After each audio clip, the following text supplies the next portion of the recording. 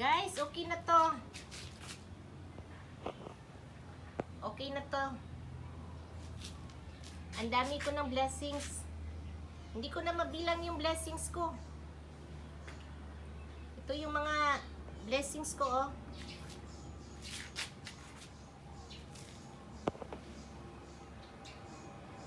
Kasi yung secret namin, naghirap kami magtanim, nag-tree planting kami. Yung husband ko ang masipag mag-tree planting. Ako lang ang kumakain. Kaya okay na to. Okay na okay. Ang dami. Focus na yan. O see, tingnan mo. O. This is the sweet, the Ibayar sweet and almost crunchy. Ang pinakamasarap na jackfruit, ito po yung Ibayar. Then, ang pinakasarap na lansones ay lungkong. Season namin ngayon ng lungkong. Yung iba, yung iba namang season, mga December ba yon?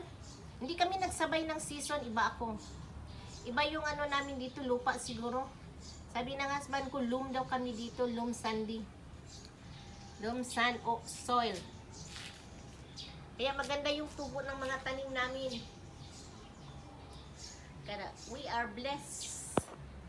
We are blessed of many fruits.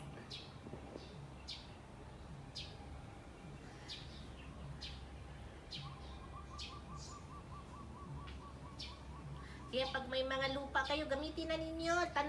Magtanim na kayo, magtanim. Magsipag lang good kayo. Magsipag lang, sipag lang yung secret dito. 3 minutes mo, no? Mag 3 minutes pwede na. Sipag lang yung secret dito at saka lagi nyo lalagyan ng tubig. Saka,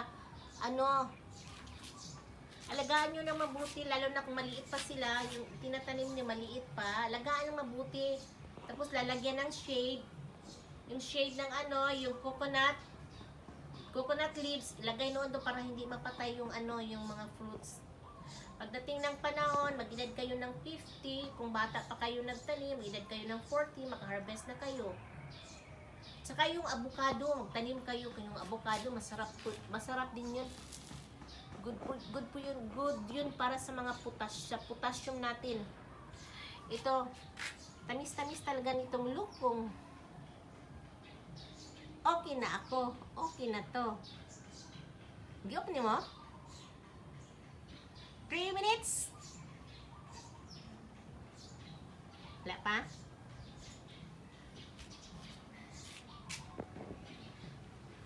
Kaya kami, i-enjoy na lang kami sa fruits namin. Harvest, tanim. May bago na namang itinanim doon si Habi ng jackfruit. Yung pinakamagandang jackfruit.